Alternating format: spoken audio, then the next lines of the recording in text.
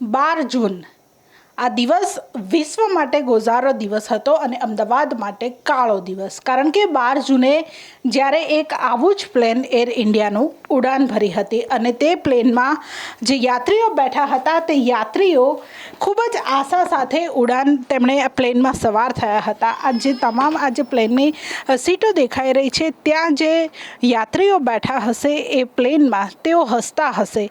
એક આશા સાથે તેમણે લંડન જવા માટે ઉડાન ભરી હતી અને માત્ર ગણતરીની સેકન્ડમાં આ પ્લેન છે તે ક્રેશ થઈ ગયું હતું. અને પ્લેન તો ક્રેશ થયું, પરંતુ તેમાં બેઠેલી જે તમામ જે જિંદગીઓ છે તે પણ ક્રેશ થઈ ગઈ હતી. આપણે કેપ્ટન સાથે વાત કરીશું કે કઈ રીતે આ ઘટના બની શકે અને કયા ટેકનિકલ કારણો હોય. એવિએશન માટે ખૂબ જ ગોઝારી ઘટના છે. તમે પણ તમારી લાઈફમાં ક્યારેય આટલી ખતરનાક દુર્ઘટના નહીં સાંભળી હોય. જી હા, બહુ દુર્ભાગ્યપૂર્ણ વાત છે. અને ખાસ કરીને જ્યારે આ પ્રકારનું અને આ સિટિંગ કેપેસિટી ધરાવતું મસ્ત મોટું વિમાન જ્યારે ટેક ઓફ થતાની સાથે જ, અને ઘણું એડવાન્સ એરક્રાફ્ટ હતું આ, અને માત્ર 11 વર્ષ થયા હતા એને ઇન્ડક્શનમાં, તો અને આ વિમાન જ્યારે ક્રેશ થયું એ ઘણી જ દુઃખદ વાત છે. જી, કઈ રીતે એને સૌથી પહેલાં ખામી કયા પાર્ટમાં સર્જાઈ હશે અને કઈ રીતે પાયલોટે પણ પ્રયાસ કર્યો હશે કે કેમ? અત્યારે તો જે પ્રમાણે મીડિયાના વિવિધ માધ્યમો દ્વારા જાણવા મળી રહ્યું છે કે ટેક ઓફ પછી પાયલટે મેડે મેસેજ રિલે કરેલો. મેડે એટલે એક પ્રકારનું ઇમરજન્સી મેસેજ જેને કહેવાય છે, અને સાથે સાથે વી આર લૂઝિંગ થ્રસ્ટ કે એ પ્રકારનો બી મેસેજ એની સાથે મેડે સાથે એસોસિએટેડ હતો, જે પાયલટ દ્વારા રિલે કરવામાં આવ્યો હતો. એટલે સંભવતઃ કદાચ બંને એન્જિન ફેલ થયા હોય એવું બની શકે. જો કે આ બહુ રેર કેસ, અને જનરલી એ બંને એન્જિન એકસાથે ફેલ થતા તો નથી હોતા, પણ પાયલટે જે પ્રમાણે મેડે પછી જે મેસેજ રિલે કર્યો હોય એ પ્રમાણે તો આ પ્રકારની ખામી સર્જાઈ હોય એવું બની શકે. સર, ગેર પણ બતાવજો કે કઈ રીતે જે પાયલોટ હોય છે તેના દ્વારા જે પ્લેન છે તે ટેક ઓફ કરવામાં આવતું હોય છે, કઈ પ્રોસેસ હોય છે અને તેના દ્વારા માત્ર ગણતરીની મિનિટોમાં આ આખી ઘટના બની ગઈ તે પણ તમે સમજાવજો. કારણ કે અત્યારે તમામ જે લોકો છે તેમના મગજમાં એક જ વિચાર છે કે કઈ રીતે આખી ઘટના કઈ રીતે માત્ર ગણતરીની સેકન્ડોમાં, ગણતરીની મિનિટોમાં આ પ્લેન લોકોની જિંદગીઓને ભરખી ગયું. આખું જે જ્યારે પાયલોટ દ્વારા ટેક ઓફ કરવામાં આવ્યું હશે ત્યારે આ જ પ્રમાણેની જે આખી સિસ્ટમ છે તે એર ઇન્ડિયાના પ્લેનમાં હતી. કઈ રીતે પાયલોટ દ્વારા શું બટન દબાવવામાં આવ્યું હતું, કયું ગેર ખેંચવામાં આવ્યું હતું, તેમના વિશે પણ વાત કરીશું. સર, કઈ રીતે છેલ્લા પ્રયાસો શું હોઈ શકે? જી, આપણે અત્યારે બોઈંગ 737-200 પ્રકારના વિમાનની કોકપિટમાં બેઠા છીએ, અને આ તમે જે ઇન્સ્ટ્રુમેન્ટ પેનલ જોઈ શકો છો આ એક એનાલોગ કેબિન છે, આ ડિજિટલ કેબિન નથી. બોઈંગ 7 જે વિમાન ક્રેશ થયું એ બોઈંગ 787 ડ્રીમલાઇનર જે વિમાન હતું તે ક્રેશ થયું છે, જેની કોકપિટ આના કરતાં થોડીક જુદી છે. જેમ તેમાં 2 એન્જિન હતા એ પ્રમાણે આ વિમાનમાં પણ 2 જ એન્જિન છે, અને એના કંટ્રોલ્સ બી બેઝિક કંટ્રોલ્સ પણ સેમ જ હોય છે. જી, અને પાયલટે જેમ કે આ કંટ્રોલ કોલમની મદદથી એનું સંચાલન, આ થ્રોટલ ક્વોડ્રન્ટ કે રડર પેડલથી એનું સંચાલન કરવાની કોશિશ કરી હતી.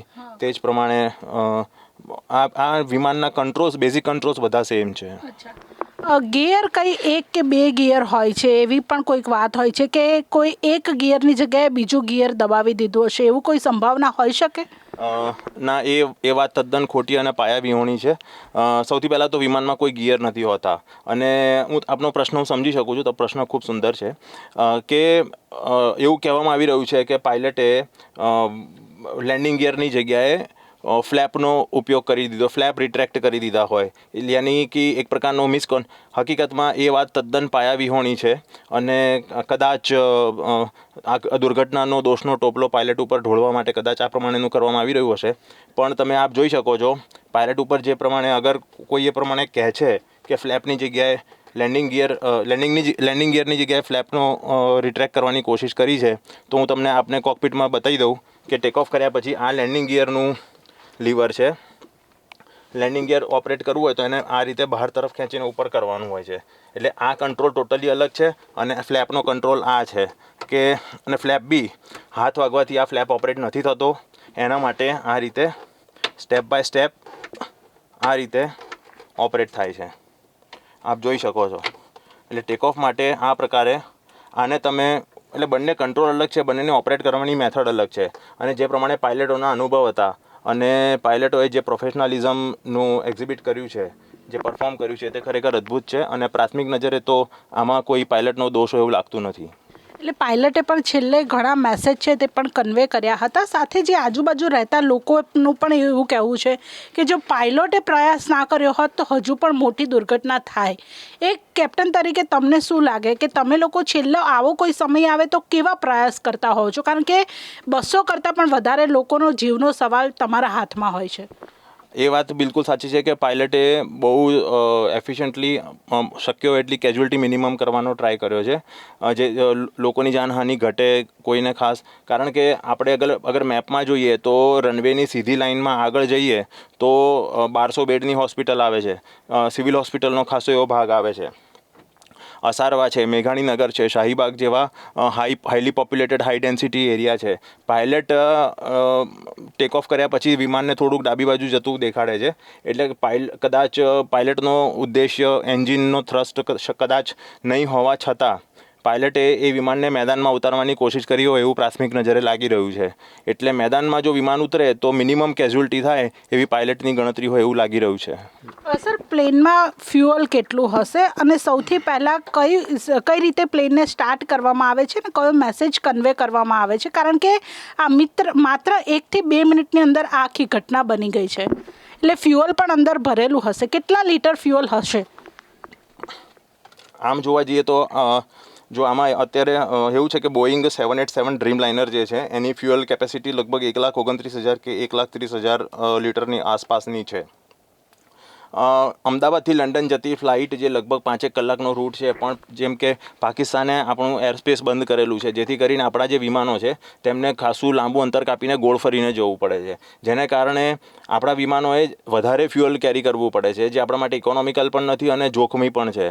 એટલે વધારે ફ્યુઅલ કેરી કરવું એ આ રૂટ માટે, પર્ટિક્યુલરલી અમદાવાદ લંડનના રૂટ માટે થોડી મજબૂરી જેવું હતું.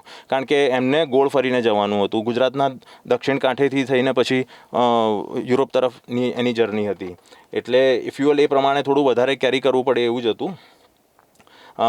જ્યાં સુધી તમારે એન્જિન સ્ટાર્ટઅપનો સવાલ છે તો જેમ કે ATC સાથે કોન્ટેક્ટ કરવાનો હોય છે પાયલટે એન્જિન સ્ટાર્ટ કરતાં પહેલાં. આ બંને એન્જિનના થ્રોટલ ક્વોડ્રન્ટ છે, આપ જોઈ શકો છો. અને આ જે છે આ બંને એ એન્જિનને આઇડલ પર મૂકવા માટે આ રીતે અહીંયા એન્જિન આઇડલ પર મૂકવાનું હોય છે. એન્જિનને સ્ટાર્ટ કરવા માટેની જે સ્વિચ હોય છે આમ ઉપર તરફ હોય છે. આપ અહીંયા જોઈ શકો છો, અહીંયા એન્જિન સ્ટાર્ટ લખેલું છે. તો એન્જિન સ્ટાર્ટ કરવા માટેની સ્વિચીસ અહીંયા હોય છે ઉપર તરફ. એટલે એન્જિન સ્ટાર્ટ થાય પછી હાઇટ ઉપર જવામાં કેટલો સમય લાગે? આમ હાઇટ એટલે આપનો પ્રશ્ન એટલે જે ઊંચાઈ પર જે ક્રૂઝ કરે છે એ ઊંચાઈ લગભગ 35,000 થી 40,000 ફૂટની હોય છે. અને ભારે વિમાનો હોય છે એ જનરલી સ્ટેપ ક્લાઇમ્બિંગ કરતા હોય છે. સ્ટેપ ક્લાઇમ્બિંગ એટલે પહેલાં ટેક ઓફ કરીને 20,000 25,000 ફૂટ ઉપર જાય, થોડું ફ્યુઅલ કન્ઝ્યુમ થાય, એમનું વજન થોડુંક હળવું થાય, એ પછી ફરી ફર્ધર ક્લાઇમ્બ સ્ટાર્ટ કરીને 35,000-40,000 સુધી ઇન્ટરનેશનલ રૂટ ઉપર ઊંચાઈ પકડતા હોય છે. એટલે જેમ કેપ્ટને પણ કહ્યું કે પાયલોટ દ્વારા પણ જે છેલ્લી ઘડીએ જે પ્રયાસ છે તે પણ કરવામાં આવ્યા હતા. કારણ કે તેમને પહેલાં જ અગાઉ જ ખબર પડી ગઈ હતી કે જે પ્લેનમાં કોઈક ખામી સર્જાઈ છે અને તેના લીધે પ્લેન છે તે વધારે ઊંચાઈ સુધી જઈ નહોતું શકતું અને તેના લીધે તેમના દ્વારા પ્રયાસ પણ કરવામાં આવ્યો હતો. કારણ કે 242 જેટલા લોકો આ તમામ જે સીટો છે તેમાં બેસેલા હતા અને તેમને બચાવવા માટેના પ્રયાસ પણ કરવામાં આવ્યા હતા. સર, પ્લેનમાં એક બ્લેક બોક્સ પણ હોય છે. બ્લેક બોક્સ શું છે? બ્લેક બોક્સ જે છે એની અંદર મુખ્ય 2 ભાગ હોય છે. એક હોય છે ફ્લાઇટ ડેટા રેકોર્ડર અને બીજું હોય છે કોકપિટ વોઇસ રેકોર્ડર. પાયલટ વિમાનની અંદર બેસીને કોઈ પણ કંટ્રોલ ઓપરેટ કરે તો એનાથી પાયલટની ઝડપ, વિમાનની ઝડપ, વિમાનની ઊંચાઈ, વિમાનની ડાયરેક્શન, વિમાનની એટીટ્યૂડ એટલે કે હોરાઇઝન સાથે વિમાનનું નોઝ કેટલું ઉપર નીચે છે, કેટલું ડાબે જમણે છે, એ બધું એની અંદર પોઝિશન બધું અંદર રેકોર્ડ થાય. અને એમાં જૂનો રેકોર્ડ બધો નીકળતો જાય, નવો રેકોર્ડ એની ઉપર અપડેટ થતો જાય. અને જે કોકપિટ વોઇસ રેકોર્ડર છે એની અંદર કોકપિટની અંદર જે કમ્યુનિકેશન થતું હોય, વાતચીત થતી હોય, જે બીપ્સ અને બઝર્સ વાગતા હોય, જે એનાઉન્સિએશન થતું હોય, એટીસી સાથે જે વાતચીત થતી હોય એ બધું કોકપિટ વોઇસ રેકોર્ડરમાં રેકોર્ડ થતું હોય છે. પ્લેન જ્યારે કોઈ લાંબી જર્નીમાંથી આવે એટલે કે હજારો કિલોમીટર દૂરથી પ્લેન આવે ત્યારબાદ એને કેટલા કલાક સુધી ઠંડુ રાખવું પડે, કારણ કે એનું એન્જિન હોય છે તે સતત ગરમ થઈ ગયું હોય છે, ઉડીને આવ્યું હોય છે, તેના લીધે ત્યારબાદ બીજી વખતની જે ઉડાન હોય છે તે કેટલા કલાક પછી પ્લેન ભરી શકે? ના, એવું કશું હોતું નથી, પણ સામાન્ય રીતે 35 થી 40 મિનિટ મિનિમમ વિમાન જમીન ઉપર ઊભું જ રહેતું હોય છે, જેની અંદર વિમાનનું એન્જિન ઠંડુ કરવા માટે ઊભું રહે છે એવું તો નથી, પણ એ દરમિયાન એનું રિફ્યુલિંગ થતું હોય છે. જે પેસેન્જર બેઠા હોય, જે જર્ની કરીને આવ્યા હોય એ નીચે ઉતરી જતા હોય છે અને બીજા પેસેન્જર ફરીથી પોતાની સીટ ગ્રહણ કરતા હોય છે. સાથે સાથે જે જૂનો બેગેજ હોય છે એ રિમૂવ થતો હોય છે, નવું બેગેજ અપલોડ થતું હોય છે. વિમાનનું નેક્સ્ટ ડિપાર્ચર પહેલાં વિમાનનું આખું ચેક કરવામાં આવે છે, અને એટલે એ બધી પ્રોસેસમાં લગભગ 35-40 મિનિટનો સમય થઈ જતો હોય છે. જી. કઈ એવી સિચ્યુએશન આવે કે જ્યારે પ્લેન આવી રીતે ક્રેશ થતું હોય છે કે પ્લેન અકસ્માત થતા હોય છે? એવા કઈ એવી સિચ્યુએશન થાય કે જ્યારે આટલી મોટી દુર્ઘટના બનતી હોય છે અને ઘણી વખત ઇમરજન્સી લેન્ડિંગ પણ કરાવવું પડતું હોય છે? સામાન્ય રીતે એવિએશન ઇન્ડસ્ટ્રીમાં કોઈ પણ દુર્ઘટના 4 કારણોસર થતી હોય છે. પહેલું કારણ છે કે કોઈક ટેકનિકલ ખામી સર્જાયેલી હોય, એટલે વિમાનની અંદર જેમ કે એન્જિન છે, એની ઇલેક્ટ્રોનિક સિસ્ટમ છે, એનું જે કંટ્રોલ સિસ્ટમ છે, એ પ્રમાણે એમાં કોઈ ખામી સર્જાય તો વિમાનની દુર્ઘટના થવાની સંભાવના હોય છે. બીજું હોય છે કે પાયલટિંગ એરર, એટલે કે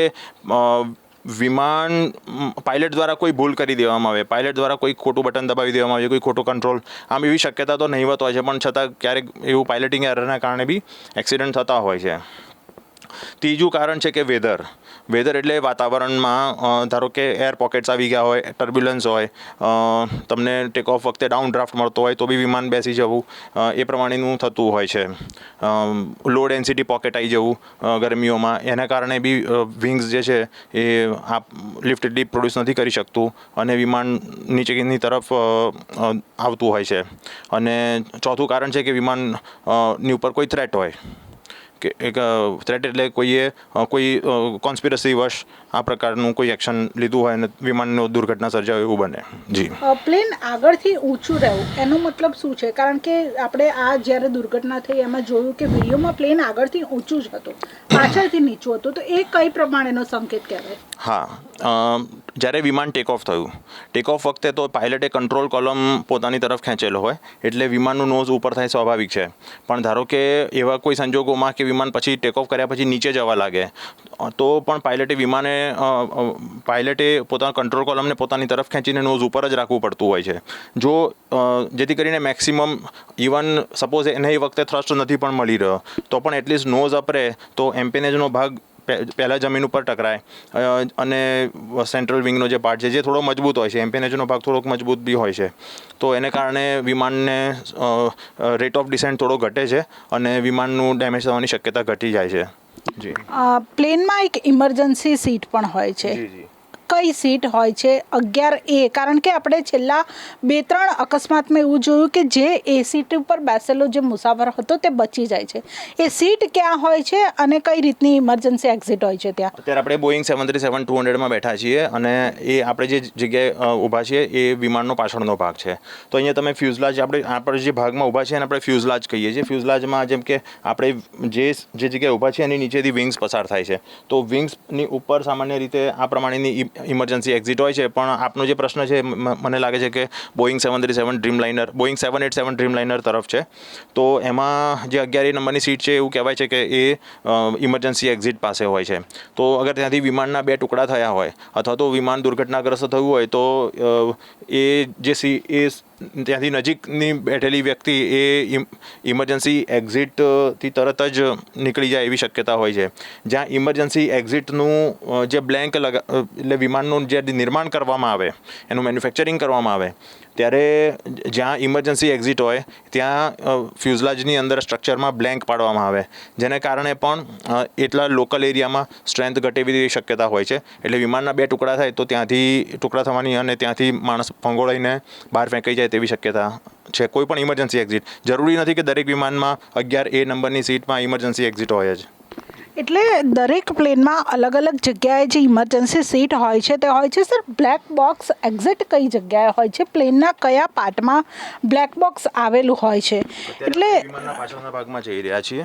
અત્યારે આપણે વિમાનના પાછળના ભાગમાં જઈ રહ્યા છીએ અને વિમાનના પાછળના ભાગમાં જ્યાં વર્ટિકલ ફિન હોય છે એ વર્ટિકલ ફિનની નીચેના ભાગમાં અત્યારે આપણે જ્યાં ઊભા છીએ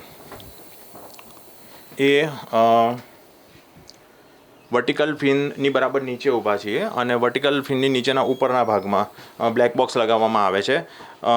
બ્લેક બોક્સ માટે આ જગ્યા એટલા માટે પસંદ કરવામાં આવે છે કારણ કે અત્યાર સુધીનો રેકોર્ડ છે કે કોઈ પણ વિમાન દુર્ઘટનાઓ થઈ છે તો જે એમ્પેનેજ એટલે કે વિમાનનો જે પાછળનો ભાગ હોય એ થોડો સલામત રહેતો હોય છે. આ વખતે બી AI 171માં આપણે જોયું હશે કે એમ્પેનેજનો જે ભાગ છે એ બિલ્ડિંગના ધાબા ઉપર એઝ ઇટ ઇઝ પોઝિશનમાં અટકી ગયેલો, એટલે ત્યાંથી બ્લેક બોક્સને ડેમેજ થવાની શક્યતા બહુ ઓછી હોય છે. અમે આ ડાયાગ્રામમાં આપને બતાવું તો આ જે વિમાન છે એમાં આ વચ્ચેનો જે ભાગ છે ને આપણે ફ્યુઝલાજ કહીએ છીએ અને પાછળ વર્ટિકલ ફિન હોય છે. તો વર્ટિકલ ફિનની નીચેના ભાગમાં ફ્યુઝલાજની અંદર વર્ટિકલ ફિનની નીચેના ભાગમાં અહીંયા બ્લેક બોક્સ લગાવવામાં આવે છે. એટલે લોકોને કઈ સાવચેતી રાખવી જોઈએ? કારણ કે આ દુર્ઘટના બાદ તમામ જે લોકો છે જે પ્લેનમાં બેસવાના છે તે લોકોના મનમાં હવે એક ડર બેસી ગયો છે કે પ્લેનમાં અમે બેસીશું તો કદાચ આવી કોઈ દુર્ઘટના ન થાય, તેના માટે લોકોએ શું સાવચેતી રાખવી જોઈએ? કિંજલ મેડમ, આપનો બહુ સુંદર પ્રશ્ન છે. સાવચેતી તો એ રાખવી જોઈએ કે કેબિન ક્રૂની દ્વારા જે ઇન્સ્ટ્રક્શન્સ આપવામાં આવે છે એને બરાબર ફોલો કરે. વિમાનના ડિપાર્ચર પહેલાં જો શક્ય હોય તો આગળની સીટના પાછળના ભાગમાં જે પાછળ પોકેટ હોય છે એની અંદર સેફ્ટી ઇન્સ્ટ્રક્શન્સ હોય છે, ડાયાગ્રામ્સ હોય છે, એ એક વખત એ જોઈ લે, એ વાંચી લે. ડિપાર્ટ પહેલાં એ 2-5 મિનિટનું કામ હોય છે અને કોઈ પણ પેસેન્જર છે ડિપાર્ટ પહેલાં એટલું તો વાંચી શકે છે. એટલે જે કોઈ પણ ઇન્સ્ટ્રક્શન આપવામાં આવે એરોસ્ટેસ દ્વારા એને પૂરેપૂરું પાલન કરવામાં આવે તો જાનહાનિ ટાળી શકાય છે. આમાં આ જે ક્રેશ થયું, જે એક્સિડન્ટ થયો, બહુ દુર્ભાગ્યપૂર્ણ છે, પણ એનો મતલબ એ નથી કે આપણે હવાઈ સફર ટાળવી જોઈએ. જ્યારે વિમાન દુર્ઘટના થઈ ત્યારે અમે તરત જ થોડા સમયમાં એરપોર્ટ ગયા હતા, પણ અમે જોયું કે પાયલટ્સ છે, કેબિન ક્રૂ છે, જે અન્ય સ્ટાફ મેમ્બર્સ છે એરલાઇન્સના, એ બધા એ જ મુસ્તેદીથી પોતાની ડ્યુટી પરફોર્મ કરી રહ્યા હતા. તો જે એક પેસેન્જર તરીકે પણ આપણે કોન્ફિડન્સ રાખવો જોઈએ એવિએશન ઇન્ડસ્ટ્રી ઉપર, વિમાનો ઉપર, અને આશા રાખીએ કે વિમાનોનું જે ટ્રાન્સપોર્ટેશન છે એટલું અફેક્ટ ના થાય. સર, છેલ્લો સવાલ કે આ તમારા આ લાઈન માટે આ દુર્ઘટના વિશે તમે શું કહેશો? કારણ કે ખૂબ જ આખું વિશ્વ અત્યારે ખૂબ જ હચમચી ગયું છે, આટલા લોકોએ જીવ ગુમાવવો પડ્યો છે. આ દુર્ઘટના તમને કેટલી દિલ ઉપર લાગી? અચ્છા, આ દુર્ઘટના ખરેખર એક હચમચાવી નાખનારી છે. સામાન્ય રીતે વિમાનોના જે ક્રેશ થાય છે કે દુર્ઘટનાગ્રસ્ત થાય એમાં આટલી મોટા પ્રમાણમાં કેઝ્યુલિટીઝ નથી થતી, અને ખાસ કરીને એવી કેઝ્યુલિટી થઈ કે વિમાનમાં બેઠેલા મુસાફરો ના જે કેઝ્યુલિટી થઈ એમનું દુર્ઘટનામાં મૃત્યુ થયું, સાથે સાથે જમીન ઉપર જે હોસ્ટેલમાં જે લોકો બેઠા હતા, જે જમતા હતા, આસપાસના લોકો હતા, એ પણ એ લોકો મૃત્યુને ભેટ્યા અથવા તો બહુ ખરાબ રીતે દાઝી ગયા. તો આ ખરેખર બહુ જ દુઃખદ ઘટના છે અને ઈશ્વરને પ્રાર્થના કરીએ કે આવી દુર્ઘટના બીજી વખત ના સર્જાય. આભાર સર. તો જેવી રીતે જોયું કે પ્લેનમાં જે રીતે જે સિટિંગ અરેન્જમેન્ટ હોય છે અને તમામ જે કેપ્ટન દ્વારા તમામ માહિતી છે તે આપવામાં આવી, અને તેના લીધે જે ભવિષ્યમાં જે યાત્રીઓ હશે તે પ્લેનમાં મુસાફરી કરશે તેમને પણ કઈ પ્રમાણેની સાવચેતી રાખવી જોઈએ. કારણ કે આજે ગોઝારી દુર્ઘટના બની છે અને ત્યારબાદ આખું વિશ્વ છે તે હચમચી ગયું છે. ત્યારે અત્યારે જે હજુ પણ ઘણા એવા લોકો છે કે જે આ દુર્ઘટનામાં જે ઈજાગ્રસ્ત થયા છે તેમણે પોતાનો જીવ બચાવવા માટે મરણ વચ્ચે જે ઝોલા છે તે ખાઈ રહ્યા છે. ત્યારે પ્લેન કઈ રીતે ટેક ઓફ થાય છે, કઈ રીતે લેન્ડ થાય છે, ને આ દુર્ઘટના શા માટે બની તે વિશે વિગતવાર જે કેપ્ટન દ્વારા માહિતી આપવામાં આવી, અને હવે પણ જે ભવિષ્યમાં પણ જે લોકો પ્લેનમાં બેસે તો કેવી સાવચેતી રાખવી જોઈએ તેના વિશે પણ જે માહિતી છે તે આપવામાં આવી.